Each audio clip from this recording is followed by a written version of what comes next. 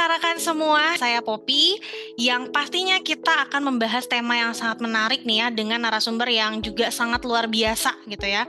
Kita akan membahas tentang risk awareness for project success yang akan dibahas atau disampaikan oleh Bapak Muhammad Rizaluddin PMP. Dan untuk tahu nih secara lengkap tips and triknya gitu ya, makanya kita sebentar lagi kita akan menghadirkan Bapak Rizal bersama kami semua di sini. Tanpa berlama-lama lagi dan karena juga rekan-rekan profesional ini sudah tidak sabar ya Pak ya untuk mendengarkan pemaparan materi dari Bapak langsung, saya persilahkan Bapak Rizal untuk memaparkan materinya. Silahkan Bapak. Baik, terima kasih ya. Akan diskusi mengenai bagaimana risk awareness itu bisa mengimprove project sukses. Ya, jadi ada dua nih, ada risknya, ada awarenessnya dan terkait dengan project sukses. Ya, saya cerita fakta dulu nih Pak ya. Jadi kalau Bapak lihat yang paling bawah nih Pak, sini ya, di sini ada data di mana saya dapat data ini terkait. Jadi bahwa ternyata yang namanya failure itu, risiko itu banyak terjadi di mana-mana, ya. Bukan hanya di IT, bukan hanya di construction, tapi juga di healthcare, di financial, di manufacturing dan sebagainya. Secara numbers cukup signifikan Bapak Ibu sekalian. Ada beberapa data yang saya dapat malah mengatakan di atas 50%, gitu ya. Tapi kalau dilihat sebelah kiri trennya ada beberapa industri yang cukup membaik ya, sudah mulai tren terkait dengan project failure itu adalah menjadi project suksesnya menjadi lebih baik. Ya. Jadi secara industri mau suka dan tidak suka yang namanya project failure itu masih cukup signifikan. Bapak dan Ibu mungkin bisa merefleksnya itu dari kondisi project yang Bapak dan Ibu jalankan gitu kan. Saya mengalami project selama ini babak belurnya lebih sering daripada yang happy endingnya. Babak belur artinya apa? Kalau happy ending artinya secara objektif tercapai, ya, kemudian nanti kita bicara objektif project paling simple pakai yang namanya triple conference, secara scope oke, secara waktu juga oke, tidak terlambat, secara budget juga sudah sesuai dengan budget. Banyak yang terjadi adalah scope-nya membengkak, waktunya terlambat, secara uangnya juga bertambah, ya. Sehingga dikatakan project yang failure. Ya. Nah, kalau kita lihat di sebelah kiri, tadi saya bilang trennya, sekarang kan konsep digital transformation itu banyak sekali dilakukan orang, ya. Terutama untuk yang di retail dan finance. Karena memang untuk retail dan finance itu mereka harus bisa mendekati ke consumer, ya. Karena biasanya yang banyak industri yang terkait dengan consumer membutuhkan orang dengan gadgetnya bisa terkoneksi. Nah, ketika project-project digital transformasi itu jalan, ada tren failure-nya cukup besar, Bapak Ibu sekalian. Isunya ada macam-macam ya, karena dibutuhkan cepat, biasa. Apalagi retail kalau terlambat nanti kan secara marketingnya tidak akan dukung. Kemudian ada juga adalah cara terkait dengan integration. Saya di project saya terakhir sekarang ini ya kesulitan bagaimana core systemnya itu terlalu obsolete, agak susah untuk dilakukan integrasi. Kalaupun bisa, biasanya investnya di cost. Jadi secara uangnya terlalu mahal. Jadi kalau dihitung-hitung agak susah. Kemudian ada juga yang ternyata improve. Karena apa? Mereka melakukan governance. Governance dalam hal ini adalah mereka menjalankan project management dengan baik. Atau mereka mengadopsi agile. Ya. Mengadopsi agile yang terbaik terutama untuk IT dan healthcare. Ya. Di mana sukses rate project-nya itu semakin naik. Kalau dilihat sebelah kiri kan dilihatnya 19-20. Kalau kita lihat di angka-angka itu memang angkanya jadi lebih bagus dari tahun-tahun sebelumnya. Ya. Kemudian ada tren juga bagaimana awareness terkait project management sudah mulai tinggi, sehingga practice project management dan risk management itu membuat failure risk itu juga semakin turun. Ya, jadi ini secara tren global yang saya coba tangkap, diceritakan. Kemudian di sebelah kanan Bapak dan Ibu sekalian bisa dilihat di sini, di mana ada 5 penyebab proyek itu gagal. Ya. penyebab yang paling tinggi itu adalah karena prioritas dari proyek tersebut itu berubah. Ya. Kenapa proyek itu berubah? Prioritasnya paling simpel itu adalah terjadi kapten kodenya berubah. Ya. Kayak kita sama perspektif mengenai apa itu risiko dan kenapa itu penting. Gitu ya. Oke, risiko itu pada dasarnya adalah sesuatu yang kalau itu terjadi, itu bisa memberikan impact positif atau negatif terkait yang namanya objektif project. Objektif yang simple itu adalah 3 constraint, yaitu ada scope, schedule, cost, quality. Impact-nya apa sih kalau yang dinamakan negatif? Negatif, impact-nya adalah scope-nya bertambah, gitu ya, schedule-nya terlambat, cost-nya itu nambah, quality-nya jadi jelek. Itu yang negatif. Kalau yang positif seperti apa? Scope-nya bisa sesuai dengan diharapkan, mungkin lebih baik, schedule-nya lebih cepat, cost-nya lebih sedikit yang dimanfaatkan untuk project-nya. Yang terakhir, quality-nya bagus, gitu ya. Pengalaman saya mengatakan challenging, ya. Tapi kalau ada positive risk atau yang namanya opportunity, itu kalau kita tidak manfaatkan, itu kita losing. Positive risk seperti apa sih? Bapak mengirim barang, gitu ya, ke Surabaya. Kita asumsi akan dideliver, akan tersampai ke lokasi hari, gitu ya. Kalau misalnya tiba-tiba yang kurir kita ini mengirim barangnya dan kemudian sampai dalam 3 hari, orang gudang santai, kami barang siapa sih? Udah tenang aja lah. Nanti juga ada yang gitu ya, pasti akan nyari ke gudang. Yang terjadi 3 hari sampai di gudang, 2 hari itu nganggur, Pak, barangnya di gudang, gitu ya. Nah, ini yang makanya Bapak dan Ibu harus mengidentifikasinya. Bapak dan Ibu ketika melihat opportunity, oh ada kemungkinan dia datangnya 2 hari, 3 hari. Bapak dan Ibu langsung kontak orang gudang, Pak, nanti kalau ada barang saya, tolong ya, kayak diinfo saya. Ketika diinfo, Bapak juga sudah menyiapkan timnya untuk pekerjaan yang sequence, karena biasanya di project ada urut-urutan, Pak ya. Kerjaan ini dimulai, kerjaan A, kemudian nanti kerjaan barang datang, kita akan melakukan misalnya bongkar, kita pasang, dan sebagainya. Nah, kalau Bapak secara di gudang dia apain 2 hari, baru hari kelima nanti akan. Padahal di project Bapak dan Ibu sekalian, Bapak bisa saving 1 hari, Bapak saving setengah hari, itu sesuatu sekali. Ya. Itu yang Bapak akhirnya bisa kumpulkan sedikit, akan secara utuh. Itu contoh positif Pak ya. Negatif itu paling simpel Pak, semua orang pejam mata aja Bapak dan Ibu sudah pasti tahu. Bapak dan Ibu mau ke kantor itu pasti tahu, oh ini takutnya terlambat, takutnya ada apa-apa, takutnya bagaimana. Dengan kita mengetahui probability, mengestimasi, kita berharap probability atau statistik untuk sukses proyek itu menjadi lebih baik. Jadi kalau Bapak dan Ibu pakai risk, ini bukan berarti 100% akan aman Bapak dan Ibu sekalian. Karena perjalanannya bisa jadi masih gagal Pak. Jadi Bapak nanya ke orang gudang tadi, oh Pak ada ketinggalan, barangnya ternyata hari kelima juga, nggak masalah. Jangan pernah merasa dari, oh saya ngapain sih nanya-nanya, kan Bapak telepon aja datang ke gudang sebagainya, sesuatu yang salah. Nah, dengan adanya tadi kita bisa membalance X-nya kita juga. Bagaimana? Apa sih yang kita lakukan kalau misalnya barangnya belum sampai juga nih ke tempat kita di Surabaya dalam 3 hari gitu ya, apa yang Bapak harus lakukan?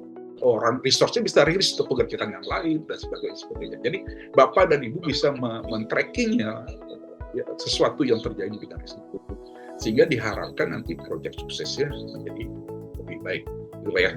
Oke.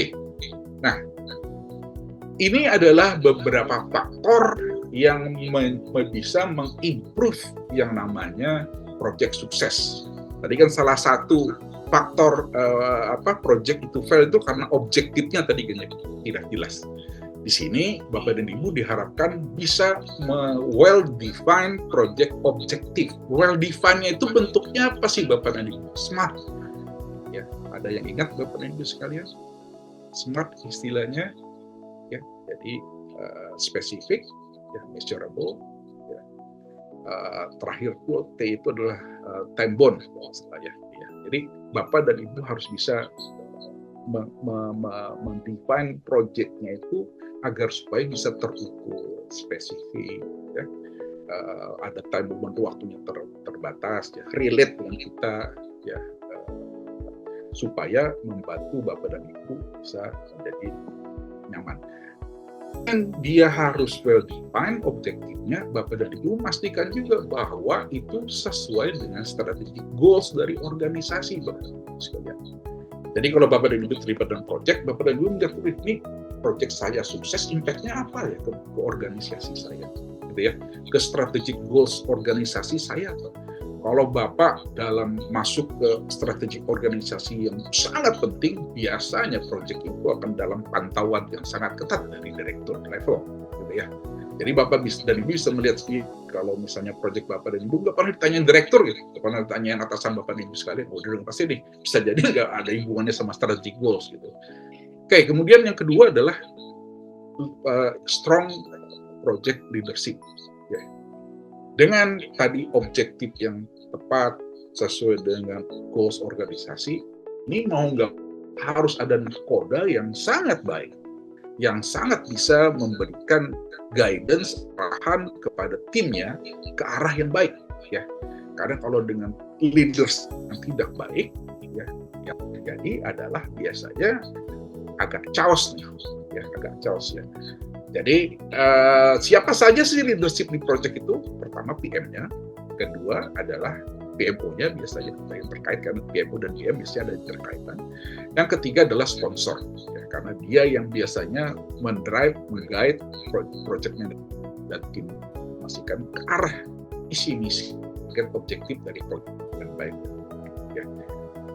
Kedua itu ada, biasanya kedua adalah bagaimana proyek itu dilakukan planning dengan baik. Ada ingat Bapak dan Ibu sekalian adalah kalau Bapak fail to plan, artinya Bapak itu plan to fail. Ya. Kalau Bapak nggak punya planning, ya bisa Bapak itu planning untuk fail. Setelah planning yang baik, Bapak harus konsisten melakukan monitoring kontrol dengan baik. Konsistennya seperti apa? Ada bagaimana Bapak dan Ibu bisa secara konsisten melakukan yang namanya weekly report, weekly update, weekly monitoring kepada Bapak Ibu. Atau untuk kasus-kasus tertentu, misalnya Bapak dan Ibu pakai Agile, ada yang namanya daily stand-up. Ya, itu harus dilakukan, konsisten pada dilakukan, supaya ini bisa berjalan dengan baik. Ya. Manusia itu faktor orang lupa, harus saling diingatkan dan sebagainya agar supaya kita menjadi baik. Oke.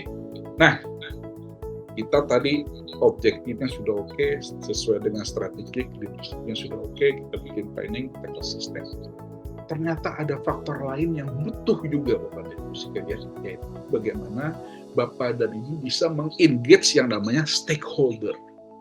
Kemarin kayaknya diskusi sama Pak Boyko sudah diidentifikasi stakeholder. Pada dasarnya stakeholder adalah orang yang merasa mendapatkan impact baik positif maupun negatif terkait dengan stakeholder. Bisa mereka terlibat langsung, bisa tidak. Ya. Jadi ini penting sekali bagaimana kita bisa meng-engage stakeholders ini, supaya di sana kita juga bisa mengidentifikasi terkait tim kompetensinya nih. Tim kita yang terlibat kira-kira oke nggak? Ada yang masih ragu-ragu nggak? Ada yang masih gap-nya masih perlu di-update nggak? Supaya kita bisa jalannya kenceng nih. Kalau ngebut itu ngebut di atas 200, 300 gitu. Supaya kenceng jalannya. Gitu ya. Tapi selain itu juga harus dilihat resource-nya. Bapak ngebut kenceng, kalau mobilnya biasa aja, ya remnya bisa berbahaya, kalau ketabrak juga hancur. Jadi resource ini bukan hanya orang ya, tapi tools peralatan juga harus dilakukan. Ini juga dibutuhkan untuk bisa memastikan bahwa proyek sukses. Nah, terakhir, itu terkait dengan komunikasi yang baik dan risk management. Ya. Ini perlu dibundle dengan yang namanya project management hingga kita diharapkan bisa menambah yang namanya sukses proyek. Kalau Bapak dan Ibu sudah implementasi yang namanya project management, biasanya sudah termacup semua yang kita diskusikan ini agar supaya tadi mekanismenya bisa berjalan dengan baik. Siapa sih yang perlu untuk terkait dengan mengerti risk awareness itu siapa saja dan kenapa. Oke, risk itu pada dasarnya Bapak dan Ibu dan sekalian ini adalah sifatnya proaktif bukan reaktif. Ya, tadi risk saya bilang ada terkait dengan isu. Kalau sudah jadi isu, sudah jadi problem. Ya, kalau masih risk masih ada probability 1-99% probability-nya terjadi atau tidak. Kalau sudah jadi isu itu biasanya sudah terjadi, sudah happening, ya. Kecelakaan, kecelakaan, gitu kan ya. Jadi setelah kecelakaan apa yang dilakukan? Ya harus bawa ke dokter, rumah sakit dan sebagainya, itu yang dilakukan. Kalau mobil ya harus mungkin diajukan klaimnya dan sebagainya supaya memastikan bahwa kita bisa. Jadi proaktif ini yang Bapak dan Ibu harus lakukan. Siapa saja sih yang Bapak dan Ibu harus lakukan? Ini adalah project stakeholder tadi, Pak. Siapa sih project stakeholder? Pertama PM, ada project sponsor, ada project team, ya. Project team ini kadang-kadang dengan kondisi sekarang bisa ada yang satu di kantor, ada yang di rumah, ada di tempat lain, berbagai macam. Vendor yang terlibat di dalam pekerjaan tersebut, kemudian bisa juga functional manager. Kenapa sih functional manager? Ini orang bisnis, Bapak. Mereka mengerti mengenai bisnisnya, mereka juga biasanya adalah orang yang mensuplai resources terkait dengan tim Bapak dan Ibu sekalian. Jadi project team ini biasanya menjadi anak buah dari function. Kemudian ada PMO biasanya di perusahaan terkait dengan orang-orang yang membantu untuk memastikan project bisa berjalan, governance-nya bisa berjalan dengan baik, ada PMO. Nah, tapi stakeholders yang lain juga dibutuhkan, Pak. Tapi memang key-nya ini adalah orang-orang yang pasti yang kita harapkan sudah aware. Kenapa kita butuh orang seperti itu, Bapak dan Ibu sekalian? Ini simple word-nya begini, Bapak dan Ibu sekalian. Kalau hanya saya melihat project risk itu sendiri, saya hanya punya dua mata, Bapak dan Ibu sekalian. Saya hanya punya dua tangan, Bapak dan Ibu sekalian. Kalau ada yang lain membantu saya, ya, view-nya, pandangannya bisa berbeda. Jadi makanya saya kalau di dalam project, ya, kalau tim saya diam saja, saya malah takut. Jadi saya membawa ke arah yang benar. Tapi kalau ada yang komplain dan sebagainya, saya senang. Karena saya bisa mendengarkan, ada feedback. Ada yang reminding saya. Gitu ya. Ini kalau Bapak dan Ibu, kadang-kadang orang tua, ya. Kenapa sih orang tua itu kadang-kadang negor, kalau kita waktu jadi anak, kita tuh merasa terganggu ya. Tapi kalau Bapak sudah tua, Bapak ingat orang tua itu ternyata, ini cara mereka untuk mereminding ada risiko-risiko yang mungkin terjadi. Ya. Nah, dengan di-reminding tadi, tujuannya tadi kenapanya tadi adalah supaya kita lebih proaktif mengidentifikasi risk sehingga kita bisa mengimplementasi strategi untuk melakukan responnya seperti apa. Sehingga kalau itu terjadi nggak kaget, Pak. Gitu ya. Bapak dan Ibu naik motor gitu ya. Bapak dan Ibu udah naik motor aja. Ketika naik motor memang ketika ada kecelakaan ada yang akan nabrak itu akan bilang ke Bapak dan Ibu, Pak, Bu, permisi ya saya mau nabrak ya. Nggak bisa Bapak Ibu sekalian. Jadi ketika Bapak Ibu naik motor udah langsung naik pakai helm. Saya sih mengusahakan kalau naik motor kalau agak jauh saya pakai sepatu, Pak.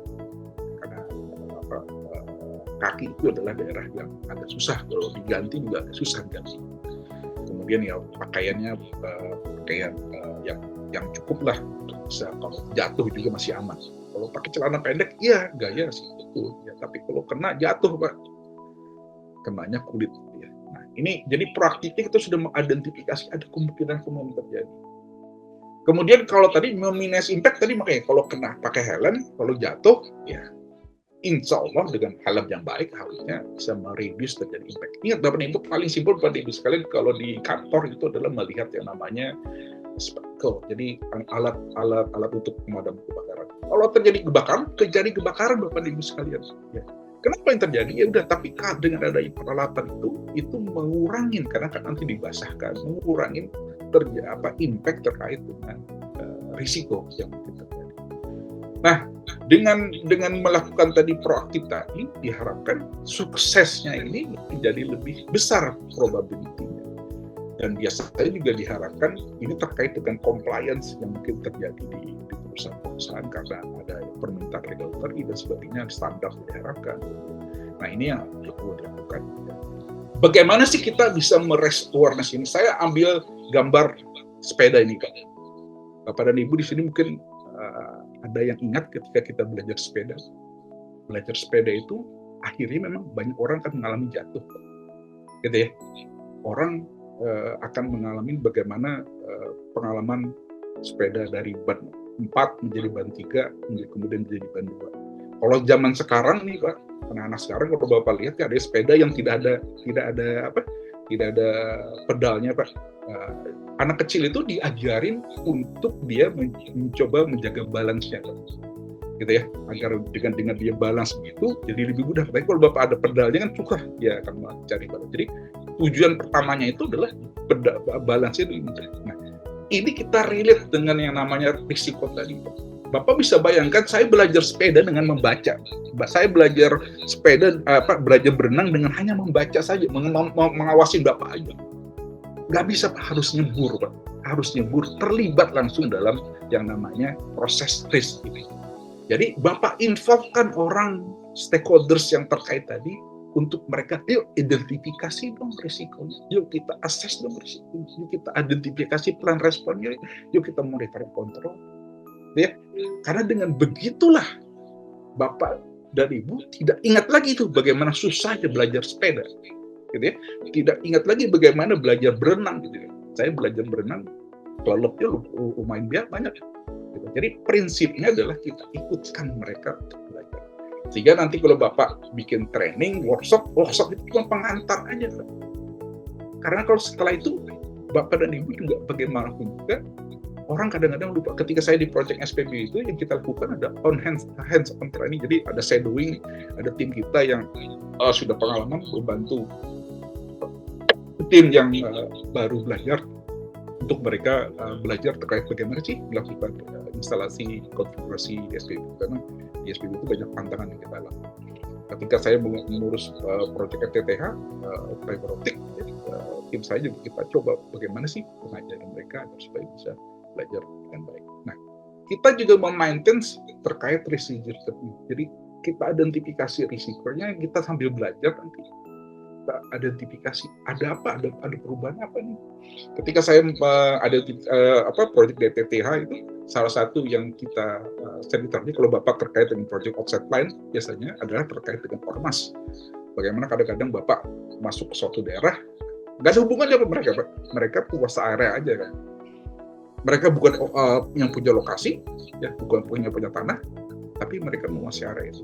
Bapak harus masuk itu harus permisi. Permisinya dalam konteksnya itu biasanya ada uangnya yang harus Bapak setorkan. Ya. Resmi, nggak resmi, gitu ya. Zaman sekarang sih lebih terbuka ya. Jadi kalau ada macam-macam Bapak video dan sebagainya viral, orang itu akan kena. Biasanya langsung ada permintaan maaf gitu, Pak ya. Oke, kemudian Bapak juga melakukan komunikasi yang reguler, Pak. Bentuknya apa? Ya, tadi Bapak lakukan status meeting kepada stakeholders, ya, update kepada mereka. Sehingga komunikasi informasi itu mengalir ke semua untuk bisa tepat. Kemudian yang Bapak dan Ibu bisa lakukan juga adalah simulasi atau skenario. Bapak dan Ibu mungkin di kantor-kantor sering dilakukan yang namanya fire drill. Kalau di project kadang-kadang kita bikin pilot ya untuk mencoba agar supaya kalau terjadi kondisi seperti itu kita siap Bapak Ibu sekalian. Nah dengan culture transparansi ini sehingga orang tuh ketika ke kantor tuh happy. Bapak pernah mungkin mengalami Bapak Ibu sekalian pernah mengalami masa di mana ketika mau ke kantor tuh mikir saya ke kantor nggak hari ini. Saya sebentar apa ya lakukannya? Karena udah takut Pak. Ya. Karena kita nggak kalau terjadi berbeda dan sebagainya itu membuat orang tidak nyaman. Ini yang perlu kita bangun. Pada dasarnya project management itu sudah banyak yang namanya risk management sudah banyak sekali, Pak. Tinggal kita bagaimana konsisten untuk menjalankan, untuk memahami dan mendetok-telurkan terkait risk awareness ini kepada stakeholders-nya kita. Siapa sih stakeholders-nya? Paling simple, key stakeholders saja, Pak. Project team, project sponsor. Ya. Kalau itu sudah oke, dilebarkan lagi perlahan-lahan ya, agar supaya ini getok telurnya bisa dilakukan. Di-encourage juga semuanya untuk bisa melakukan. Sehingga logical approach untuk risk management itu bisa diimplementasikan, sehingga nanti kita bisa mengidentifikasi, menganalisis itu jalan, Mbak. Semua orang bisa jalan, bisa melakukannya. Sehingga proaktif terjadi, bukan hanya bapak atau ibu yang memanage, tapi semua orang terlibat. Ya. Kemudian target audiens juga yang diingat, bapak juga harus dianalisa, dilihat. Dan ketika menyampaikannya, bapak dan ibu harus memahami juga. Karena komunikasinya tuh harus disesuaikan dengan, di Indonesia kadang-kadang leveling itu butuh. Ya, jadi bapak dan ibu, saya sampai sekarang kalau ketemu tim saya, sebutnya bapak dan ibu, mbak, mas, dan akang, abang, dan sebagainya. Karena kadang-kadang kalau panggil nama itu masih belum begitu oke lah. Tapi saya dipanggil nama sudah biasa, Pak. Karena nggak ada isu, karena saya pernah kerja juga di perusahaan multinasional. Jadi, tapi budaya kita masih belum. Jadi kita mencoba menyampaikan. Jadi audiensnya, grupnya kita pastikan sesuai dengan bahasanya, sehingga nanti komunikasinya sesuai, sehingga mereka jadi happy. Kemudian dengan kita melakukan tadi, kita bisa confidence, Pak, untuk menjalankannya, karena semua orang tuh bisa di guide, ya, baik secara tadi ada training, ada toolsnya, dalam real life-nya itu juga ada simulasinya, sehingga nanti juga menumbuhkan confidence masing-masing orang. Bapak dan Ibu, kalau misalnya ada fire drill, ya saya sering menghindar, Pak. Tapi kadang-kadang memang butuh. Karena apa? Kalau terjadi fire drill, jadi kebakaran benar-benaran, Bapak dan Ibu udah siap turun 20, 30 lantai dan sebagainya. Kalau saya sekarang, karena setiap hari saya olahraga, saya mau coba exercise 30 menit minimal. Ya, konsisten saya lakukan setiap hari untuk memastikan, paling kalau misalnya ada opsi sehari, 2 hari, dalam seminggu, ya. Alhamdulillah, Pak, secara fisiknya sih masih hanya kadang-kadang kalau tadi malam saya misalnya harus begadang, ya agak susah ininya. Biasa, Pak, semakin umur ternyata semakin susah. Nah, kemudian continuous monitoring. Bagaimana sih Bapak dan Ibu bisa continuous monitoring terjadinya dan terus belajar, Bapak dan Ibu sekalian, ya, terus belajar. Kira-kira apa yang bisa diperbaiki? Ya, kemudian apa aktivitasnya yang kita lakukan. Kadang-kadang memang kita tidak bisa melakukan segala sesuatu secara bersama, just one in time, dari satu-satu. Oh, ini terkait dengan initiative-nya, kita terkait, oh ini terkait dengan planning-nya, dan seterusnya. Nah, satu hal yang kadang-kadang kita lupa, Pak, kalau Bapak bisa mendapatkan sukses terkait tersebut, kadang-kadang kita bisa celebrate. Celebrate-nya apa sih? Simple aja, Pak, kasih ucapan selamat, ya, terima kasih, Pak, reward ke timnya itu senang, Pak, orang happy, ya. Jadi itu yang Bapak dan Ibu bisa lakukan, ya. Kalau misal sampai ada budget, oke, Bapak kasih makan, minum, atau mungkin kasih plakat dan sebagainya, itu lebih baik lagi. Di beberapa kasus sekarang kan Bapak nggak tahu kenapa sih orang menang di Olimpiade itu dikasih harga luar biasa, Pak, perjuangan mereka itu luar biasa, Pak. Mereka spending setiap hari latihan. Itu yang dilakukan agar supaya bisa mendapatkan hasilnya. Mereka setiap hari latihan, itu masih kalah juga, Pak. Jadi kalau mereka bisa dapat medali, itu luar biasa. Itu yang kita perlu tambahkan. Terakhir adalah bagaimana sih kita juga bisa menumbuhkan sharing best practice yang seperti Bapak dan Ibu lakukan sekarang ini, virtual learning festivalnya salah satu bagaimana kita bisa menumbuhkan sharing best practice yang bisa kita sharing ke semua orang agar supaya apa yang kita harapkan bisa digutok keluarga. Saya sih senang sekali bisa berpartisipasi karena saya believe, ya, bahwa kalau kita menyampaikan sesuatu, kita cari sesuatu, insya Allah pasti akan dibagi di atas.